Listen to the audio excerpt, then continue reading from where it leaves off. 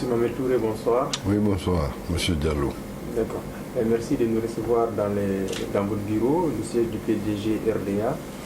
On est à pratiquement un mois de la tenue des élections locales prévues le 14 février 2018.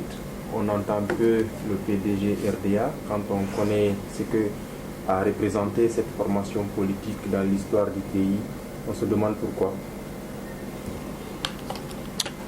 Je commencerai d'abord par vous remercier d'avoir songé à venir vous enquérir de ce qui se passe dans notre parti, surtout effectivement à l'orée d'élections aussi importantes que celle communale, donc, qui nous rapproche le plus des populations. Dans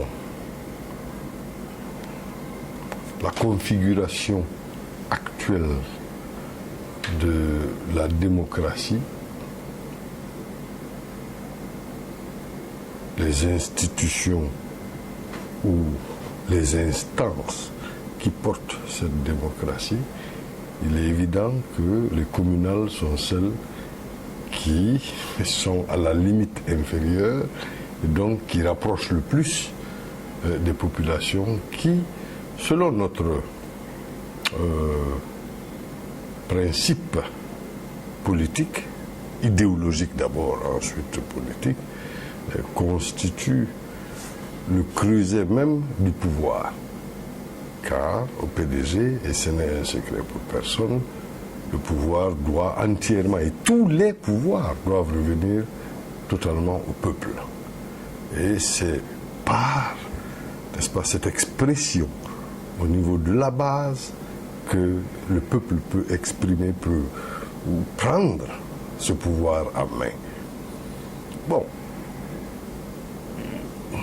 nous sommes extrêmement déçus du fait que ça se limite au niveau des communales. Parce que nous estimons que la première configuration géopolitique, c'est au niveau du village, des secteurs et des quartiers.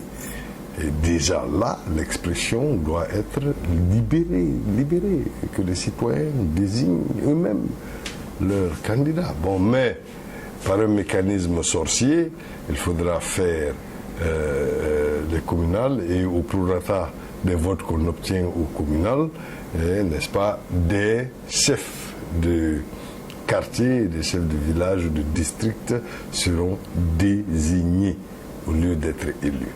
C'est un recul fantastique, mais nous faisons avec ce que nous avons.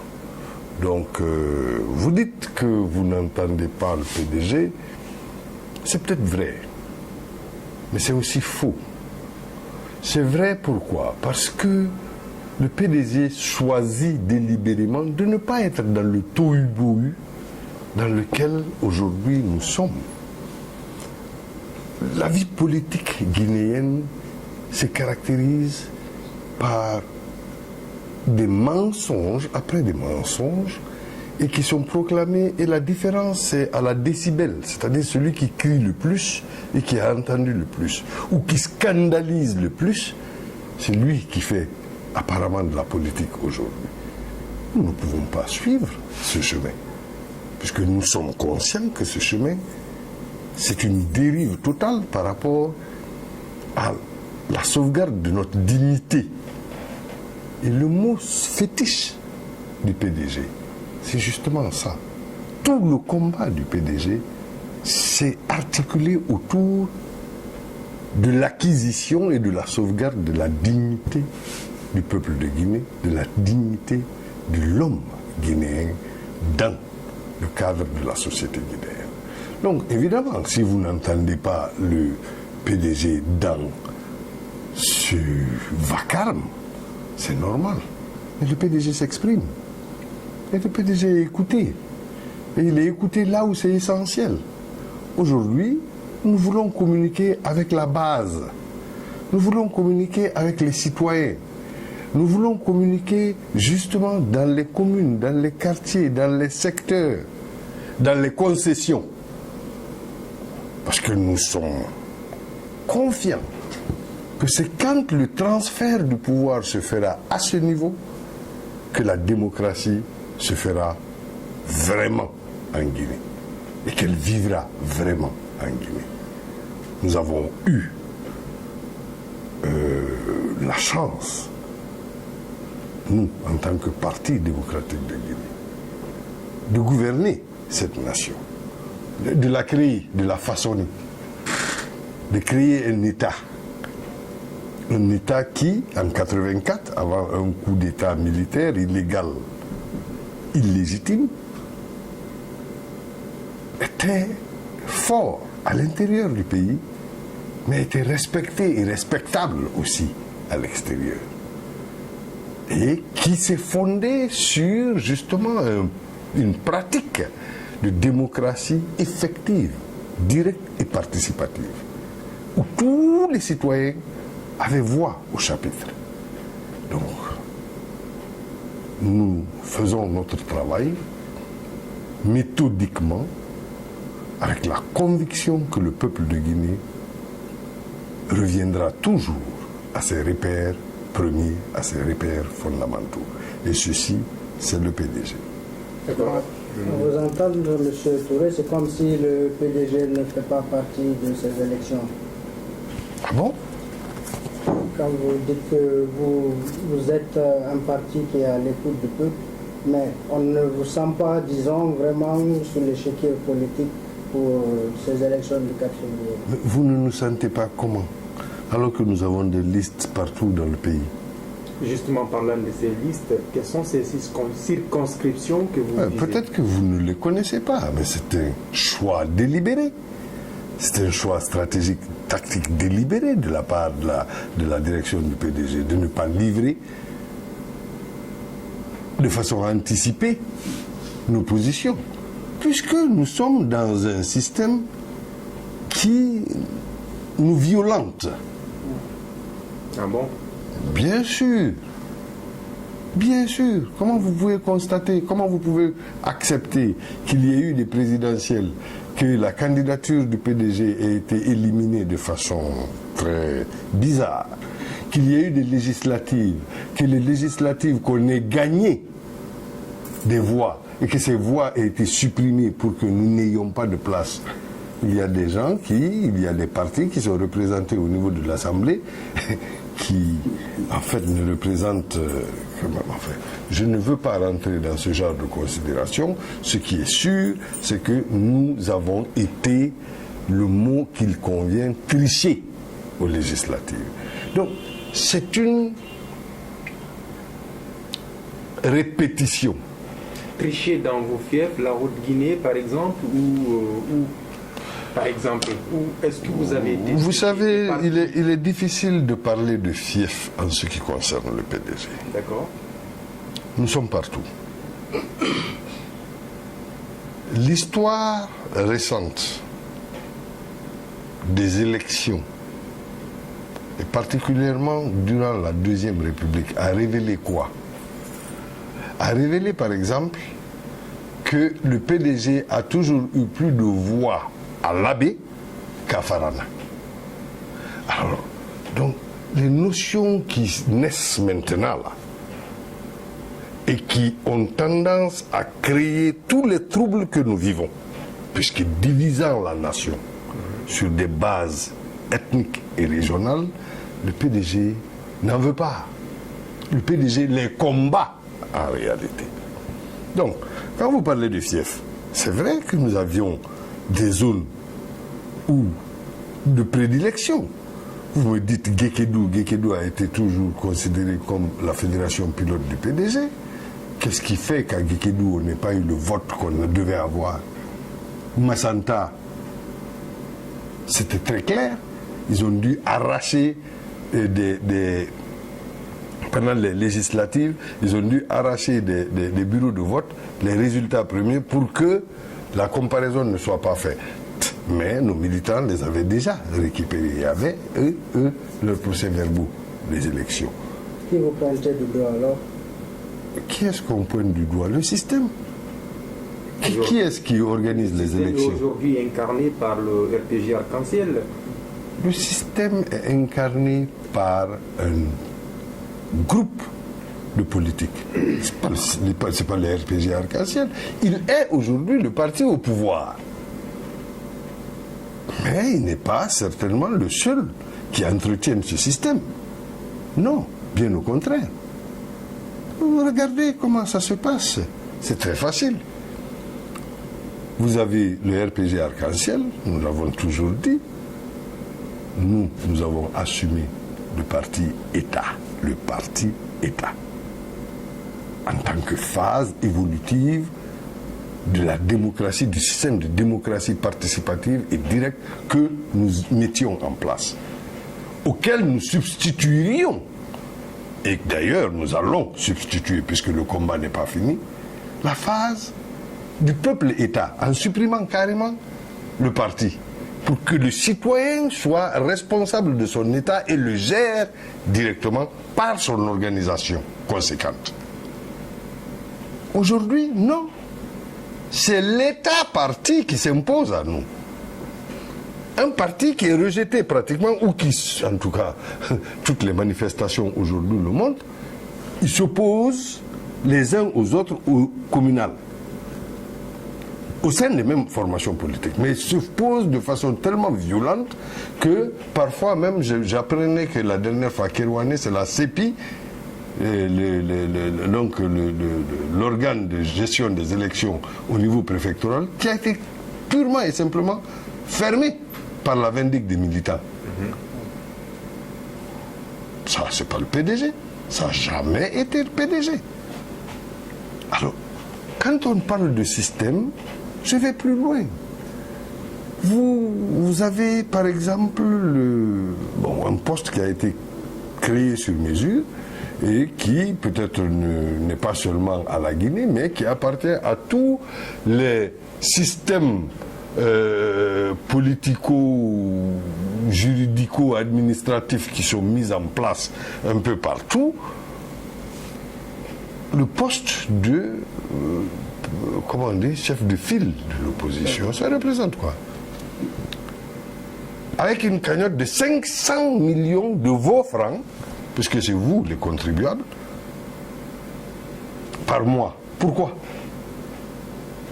Qu'est-ce qu'il fait pour avoir ça? Le système s'est incarné par tous ces gens-là. Un troisième larron politique, c'est celui de l'UFR, hein, le truc Sidia, le président Sidia. On lui crafte une fonction qui tombe de nulle part. Haut représentant du chef de l'État, il est de l'opposition pourtant. Pourquoi? Pour lui donner des murs capitonnés, pour lui donner voiture avec chauffeur à livrer, pour lui donner sécurité, garde-corps, etc. Toutes choses que l'État, qui sont des dépenses de l'État, et certainement une enveloppe cossue à la fin du mois. Alors, tout ça, c'est ça que j'appelle le système. Tout ça, ça appelle à quoi? Ça appelle à la corruption. Ça appelle à quoi? Ça appelle à l'engagement. Les gens ne se manifestent politiquement que parce que, au bout du compte, il y a de l'argent. C'est lucratif. Ils se laissent les babines. Alors, vous constaterez que donc tout le monde vient et tout le monde veut faire semblant de faire de la politique et crie, parce qu'au bout du compte, d'une manière ou d'une autre, pour le taire ou pour le truquer, etc., ou pour l'utiliser, on lui donne une somme d'argent. C'est des choses que nous, impliqués dans le débat politique, mais parce que nous sommes nous-mêmes et parce que nous revendiquons qui nous sommes, nous devons combattre et condamner et expliquer au peuple de Guinée. Voilà dans quoi nous sommes. Il faut qu'on en sorte. Justement, parlant de ces sujets, de ces différents sujets qui ont beaucoup défrayé la chronique aujourd'hui, plutôt dans un passé récent, on n'a pas entendu le PDG Pipemo, le budget du chef de file de l'opposition, la nomination de Sidia Touré, ainsi de suite. Peut-être que vous n'avez pas écouté Mais le PDG s'est toujours exprimé contre. Le PDG a des positions de principe. D'accord. Ce ne sont pas des positions conjoncturelles. Quand il y a des événements conjoncturels, les événements conjoncturels sont analysés sur la base des principes du parti, de la doctrine du parti, de la vision que le parti a pour la société guinéenne, qui est une vision morale. Le problème que nous avons en Guinée, c'est que nous parlons de politique par politique, mais la base morale qui doit nous amener à créer les conditions idoines pour que cette nation vive pleinement et de façon harmonisée, parce que équitable, nous ne sommes pas. Parce que la plupart des présupposés qui viennent et qui supportent tous ces politiques, moralement, ne sont pas. C'est ce qui entraîne la corruption, c'est ce qui entraîne le détournement des deniers publics, c'est ce qui entraîne le fait que personne ne croit en rien. Personne ne croit en rien. Au point où on pense que faire la politique, c'est mentir. Aujourd'hui, allez-y. Ah, Naba. La politique, elle n'a pas fait. Ah, Woba, oui, politique, là.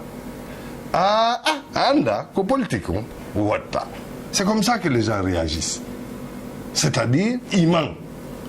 Il veut vous embobiner pour qu'il ait sa position. Bon, d'accord, puisque c'est comme ça que ça fonctionne. Les plus malins, en bas de l'échelle aussi, se laissent embobiner. Vous avez des jeunes dans les quartiers de Conakry qui portent 4, 5, 6 t-shirts. Autant de t-shirts qu'il y a de partis. Quand ça vient, c'est juteux. Celui qui vient, il endosse le t-shirt, et on le sait. Est-ce qu'on doit continuer à vivre ça? Faire la politique de l'autruche? Se plonger la tête dans le sable et croire qu'on n'est pas vu? Non, il faut qu'on arrête.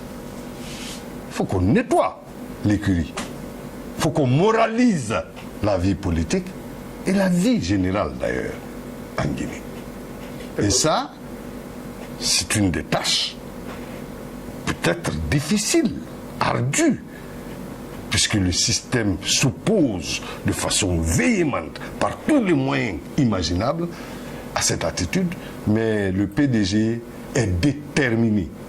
Et parce que le PDG croit au peuple de Guinée, parce que le PDG sait que le peuple de Guinée a des valeurs morales grandes, sûres, et que c'est ces valeurs morales qui ont fait la grandeur de ce peuple, que c'est ces valeurs morales qui ont fait que ce peuple se soit libéré comme il s'est libéré, et que c'est ces valeurs morales qui a fait que ce peuple-là ait sacrifié tout pour libérer le reste de l'Afrique, pour émanciper l'homme tout court. Ça, c'est des valeurs auxquelles nous tenons. Et nous nous battrons bec et ongle pour que ces valeurs soient encore celles qui dominent la place en Guinée. D'accord. Vous avez soutenu le président Alpha Condé au second tour de la présidentielle de 2010. En 2015, on n'a pas entendu votre voix là-dessus. Aujourd'hui, exprimez-vous un regret de l'avoir soutenu quand on sait que tous ces mots dont vous avez dénoncés, quand même, c'est sous son règne qu'on assiste à ça. Nous ne regrettons rien. Nous ne pouvons pas regretter des positions qui sont prises dans des contextes donnés. Je vous ai dit, quand il y a des positions, quand il y a des événements conjoncturels, nous les analysons sur la base des principes que nous avons. À l'époque, l'analyse de la situation voulait que nous soutenions cette candidature. À l'époque, l'analyse de la situation était claire, le peuple de Guinée en majorité soutenait la position. Donc, nous n'avons rien à regretter. Mais nous voyons l'évolution des choses et nous critiquons l'évolution des choses. Aujourd'hui, par exemple, on reste toujours de la mouvance, puisque nous avons signé un accord qui ne dénonçait ni par nous, ni par le RPG Arc-en-Ciel. Vous, par alors complice? Complice de quoi? Puisque vous dénoncez? Non, pas du tout. Comptable. Pas du tout. Et alors pourquoi vous tenez à rester au sein de l'Alliance? Mais parce que ça ne sert à rien de vagabonder. Je vais quitter l'Alliance pour aller où? J'ai dit que le système... Mais je suis indépendant. Même si je suis dans l'alliance, je suis d'une alliance critique. La preuve, c'est ce que je vous dis. Ça ne veut pas dire que, bon, je suis sujet. Pas parce que je suis dans l'alliance. Non, je considère que nous sommes en démocratie. Je considère que même ayant signé avec les RPG Arc-en-Ciel, bon, cette signature-là, je la conserve, mais ça ne veut pas dire que je ne dirai pas, dans le milieu dans lequel je suis, voilà ce que le PDG pense, voilà ce que le PDG fait. Est-ce que vous irez en alliance avec le RPG aux élections locales? Non. Pourquoi? Parce qu'il n'y a pas eu d'entente possible. Pour le moment, en tout cas. Qui sait?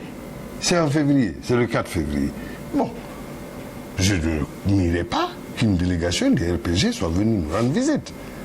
Et que cette délégation du RPG nous ait posé la question de savoir où nous est proposé d'aller chacun au premier tour, puisque c'est des élections de 2 tours, à 2 tours, comme vous le savez, et qu'au deuxième tour, nous nous rencontrerions et que là, nous aurions eu cette entente. Envisagez-vous de faire un premier pas envers le RPG? Nous n'avons pas de pas à faire, nous sommes membres de l'Alliance. Pourquoi on va faire un pas? Dans la perspective d'un partenariat Non, nous n'envisageons pas ça, franchement. Le RPG est venu, nous leur avons dit, ces négociations au deuxième tour-là, il vaut mieux commencer au premier tour. S'il y a des négociations au premier tour, les négociations du deuxième tour se justifient. Mais si les négociations du premier tour ne sont pas déjà, parce que vous êtes l'État, nous ne sommes pas l'État. Nous ne sommes pas le chef de file de l'opposition. Nous n'avons pas les mêmes ressources. Alors ne nous fatiguez pas. Si vous voulez, allons-y au premier tour et discutons des ressources que vous êtes en train d'abusivement distribuer partout. Peut-être que là, d'accord, dans ces conditions, également, on irait au deuxième tour en négociant. Mais ce n'est pas le cas pour le moment. Et on attend le retour de l'ascenseur, parce qu'on leur a dit ceci. Donc s'ils viennent avec des conditions claires, qui sont aussi avantageuses pour le PDG, il n'y a aucun problème. Nous sommes prêts à nous associer à tout le monde, pourvu que les positions du PDG soient favorisées. Nous n'avons aucun problème. C'est ce 26 décembre, c'est le dernier délai imparti par la CENI pour le dépôt des listes de candidature. Dites-nous où est-ce que vous en êtes? Nous attendons quelques circonscriptions. Mais la plupart des circonscriptions que nous avons retenues ont déposé leur liste de candidature depuis. C'est où, par exemple? Je vous dirais dans Bokeh, il y a Bintimodia, il y a Kamsa, il y a Forikaria, il y a Bofa, il y a Matoto à Conakry, il y a Sigiri, il y a d'autres sous-préfectures, dans la préfecture de Sigiri. Dans le Mandiana, il y a Massanta, il y a Nambila, il y a la Farana, il y a bon voilà, c'est-à-dire nous avons Mali et Mbéré. Aucune liste à Conakry? Je vous ai dit déjà, Matoto. Ok. C'est la liste du PDG. La liste du PDG sera à Matoto et nous la défendrons. Et nous avons là un jeune étudiant diplomatif qui est tête de liste à Matoto. Mais nous ne croyons pas en mettant une tête de proue, etc. au niveau de la tête. Non. Nous constituons notre liste en fonction de personnes ressources. Et nous constituons notre liste en fonction de la connaissance que nous avons par exemple, de la commune de Matoto, parce que nous y sommes structurés. Nous avons 3 fédérations à Matoto. Et ces 3 fédérations sont réparties dans tous les quartiers de Matoto. Donc là, nous tirons les meilleurs personnes ressources pour constituer cette liste-là. Et cette liste n'est pas faite tant pour la fanfaronnade. Non, mais cette liste est faite surtout pour faciliter la gestion de la commune de Matoto après. Par des personnes qui connaissent, qui vivent les problèmes de Matoto, qui sont responsables des marchés, qui sont responsables de jeunesse, des leaders de jeunesse, qui sont responsables, etc., etc., etc., même si on ne les connaît pas par la presse, puisque leur travail est plutôt un travail de proximité. C'est une élection de proximité, et peut-être que c'est pour ça que vous ne nous entendez pas tintamarer à travers le pays, pour dire nous faisons ça, nous faisons ça, nous faisons ça. Mais ça ne veut pas dire que nous ne faisons pas le travail. Nous faisons le travail pour le peuple de Guinée et le peuple de Guinée le reconnaîtra pour le PDG. On apprend que l'une de votre grande sœur est candidate indépendante pour Kaloum. C'est une réalité. Une réaction? C'est une très bonne chose. Le PDG RDA favorise et encourage les candidatures indépendantes. Cela ouvre la brèche. Puisqu'il y a une omerta, je vous ai parlé tout de suite d'un système que nous combattons. Il y a une... C'est-à-dire que ces politiques-là sont venus s'abattre par un mécanisme extrêmement savant qu'ils ont mis en place d'ailleurs, une constitution qui ne permet l'expression politique qu'aux partis politiques. Et la plupart du temps, c'est des partis politiques corrompus qui ne sont pas, en tout cas, dans notre sens, qui ne sont pas nécessairement dans la voie d'aider les populations. Est-ce qu'elle vous a consulté avant de poser cette candidature? Vous avez dit qu'elle est ma sœur. Je ne sais pas ce que vous voulez. Je suis le frère cadet de Hadja Aminata Touré, candidate indépendante à Kaloum. Pourquoi il n'a pas porté les couleurs du PDG fondé par votre papa pour représenter le PDG à Kaloum? Parce qu'elle a estimé qu'elle pouvait mieux rendre en tant qu'indépendante. Ceci ne se discute pas, c'est une décision tactique. N'empêche qu'elle soit membre du bureau politique du PDG jusqu'à présent. Mais elle va. Mais bien sûr qu'elle est membre du bureau politique. N'est-ce pas quand même paradoxal, un peu gênant? Gênant pour qui? Gênant pour qui? Qu'on dise qu'un membre du bureau exécutif du PDG est candidat indépendant dans une circonscription. Le membre du bureau... oui, d'accord. Ce n'est pas gênant. Ce n'est pas gênant. C'est une démarche politique. C'est une démarche politique. Cela ne nous gêne à rien. Elle va présenter sa candidature avec la liste qu'elle a établie. Elle va se battre en tant que citoyenne de Kaloum comme elle le mérite. Et son frère, que je suis, la soutiendrait. Vous direz peut-être, le PDG ne soutiendra pas, le secrétaire général du PDG. Mais les militants PDG sont des citoyens. S'ils veulent la soutenir à Kaloum comme son frère la soutient, ils sont libres de la soutenir. Je ne vois pas pourquoi est-ce que ça doit être quelque chose de si... comment dire... Voilà, quelque chose de si grave. Il n'y a rien de grave à ça. Bien au contraire, nous avons foi. Nous savons que la gestion, de toutes les façons, sous elle, se fera de manière puisqu'elle a un héritage qu'elle préservera là-bas. Donc cette gestion se fera de façon plus ouverte. Nous avons foi en ça. Et cela nous suffit pour avoir confiance. Nous ne nous opposons pas aux candidatures indépendantes. Alors pourquoi voulez-vous que nous nous opposions à une candidature indépendante? Parce que celui qui la porte est du PDG. Pourquoi? Peut-être qu'il n'y a pas eu d'accord.